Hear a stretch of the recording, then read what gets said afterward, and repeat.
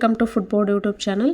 ಯಾರೆಲ್ಲ ಇನ್ನೂ ನನ್ನ ಚಾನಲ್ನ ಸಬ್ಸ್ಕ್ರೈಬ್ ಮಾಡಿಲ್ಲ ಪ್ಲೀಸ್ ಸಬ್ಸ್ಕ್ರೈಬ್ ಮಾಡಿ, ಹಾಗೆ ಪಕ್ಕದಲ್ಲಿ ಕಾಣ್ತಕ್ಕಂತಹ ಬೆಲ್ ಬಟನ್ನ ಪ್ರೆಸ್ ಮಾಡಿ, ಹಾಗೆ ಲೈಕ್ ಮಾಡಿ, ಶೇರ್ ಮಾಡಿ ಅಂತ ಹೇಳ್ತಾ ಇವತ್ತಿನ ರೆಸಿಪಿ ಎಗ್ ರೈಸ್ ಹೇಗೆ ಮಾಡೋದು ಅಂತ ನೋಡೋಣ ಬನ್ನಿ.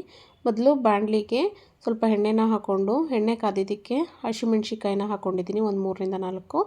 ಹಾಗೆ ಸ್ವಲ್ಪ ಕರಿಬೇವಿನ ಸೊಪ್ಪು, 2 ದಪ್ಪ ಗಾತ್ರದ ಈರುಳ್ಳಿನ ಸಣ್ಣದಾಗಿ ಕಟ್ ಮಾಡಿ ಸೇರಿಸ್ಕೊತಾ ಇದ್ದೀನಿ. ಇದಿಷ್ಟನ್ನು ಚೆನ್ನಾಗಿ ಫ್ರೈ ಮಾಡ್ಕೋಬೇಕು.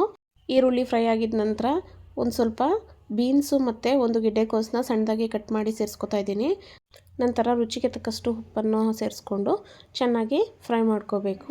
ಅದಾದ ನಂತರ 1.5 ಟೇಬಲ್ ಸ್ಪೂನ್ ಆಗೋಷ್ಟು ಗರಂ ಮಸಾಲಾನ ಸೇರಿಸ್ಕೊತಾ ಇದ್ದೀನಿ. ಹಾಗೆ ಅರ್ಧ ಟೇಬಲ್ ಸ್ಪೂನ್ ಆಗೋಷ್ಟು ಅರಿಶಿಣ ಪುಡಿಯನ್ನು ಕೂಡ ಸೇರಿಸ್ಕೊಂಡು, ಹಾಗೆ ಜೊತೆಗೆ ಅರ್ಧ ಟೇಬಲ್ ಸ್ಪೂನ್ ಆಗೋಷ್ಟು ಜೀರಿಗೆ ಮತ್ತು ಪೆಪ್ಪರ್ ಪೌಡ್ರನ್ನು ಕೂಡ ಸೇರಿಸ್ಕೊಂಡು ಚೆನ್ನಾಗಿ ಮಿಕ್ಸ್ ಮಾಡ್ಕೋಬೇಕು.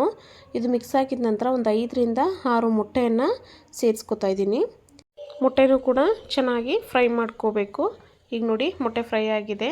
ಇದಕ್ಕೆ ನಾನು ಎಷ್ಟು ಬೇಕು ಅಷ್ಟು ರೈಸನ್ನು ಸೇರಿಸ್ಕೊತಾ ಇದ್ದೀನಿ. ನಿಮ್ಗೆ ಎಷ್ಟು ಕ್ವಾಂಟಿಟಿನಲ್ಲಿ ಬೇಕೋ ಅಷ್ಟು ಕ್ವಾಂಟಿಟಿನಲ್ಲಿ ರೈಸನ್ನ ಸೇರಿಸ್ಕೊಳ್ಳಿ. ರೈಸನ್ನ ಸೇರಿಸ್ಕೊಂಡಾಗಿದ ನಂತರ ಚೆನ್ನಾಗಿ ಮಿಕ್ಸ್ ಮಾಡಿಕೊಂಡು ಸ್ವಲ್ಪ ಕೊತ್ತಂಬರಿ ಸೊಪ್ಪನ್ನು ಕೂಡ ಆ್ಯಡ್ ಮಾಡ್ಕೊಳ್ಳಿ.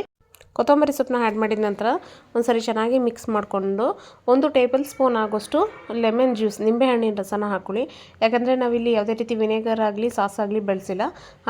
ಹಾಗಾಗಿ 1 ಟೇಬಲ್ ಸ್ಪೂನ್ ಆಗೋಷ್ಟು ನಿಂಬೆ ರಸನ ಹಾಕ್ಕೊಂಡು ಚೆನ್ನಾಗಿ ಮಿಕ್ಸ್ ಮಾಡ್ಕೊಳ್ಳಿ. ಈಗ ಎಗ್ ರೈಸ್ ರೆಡಿಯಾಗಿದೆ, ಬನ್ನಿ ಸರ್ವ್ ಮಾಡ್ಕೊಳ್ಳೋಣ. ನೋಡ್ತಿರ್ಬೋದು ನೀವು ಎಷ್ಟು ಈಸಿಯಾಗಿ, ಎಷ್ಟು ಕ್ವಿಕ್ಕಾಗಿ ಎಗ್ ರೈಸ್ನ ಮಾಡ್ಬೋದು ಅಂತ. ಹೊರಗಡೆ ಹೋಗಿ ಎಗ್ ರೈಸ್ ತಿನ್ನೋದಕ್ಕಿಂತ ಮನೆಯಲ್ಲೇ ಈ ಥರ ಮಾಡಿಕೊಂಡ್ರೆ ತುಂಬ ಚೆನ್ನಾಗಿರುತ್ತೆ. ಒಂದ್ಸರಿ ಟ್ರೈ ಮಾಡಿ ಹೇಗಿತ್ತು ಅಂತ ಕಮೆಂಟ್ ಬಾಕ್ಸಲ್ಲಿ ತಿಳಿಸಿ. Thank you for watching. Bye.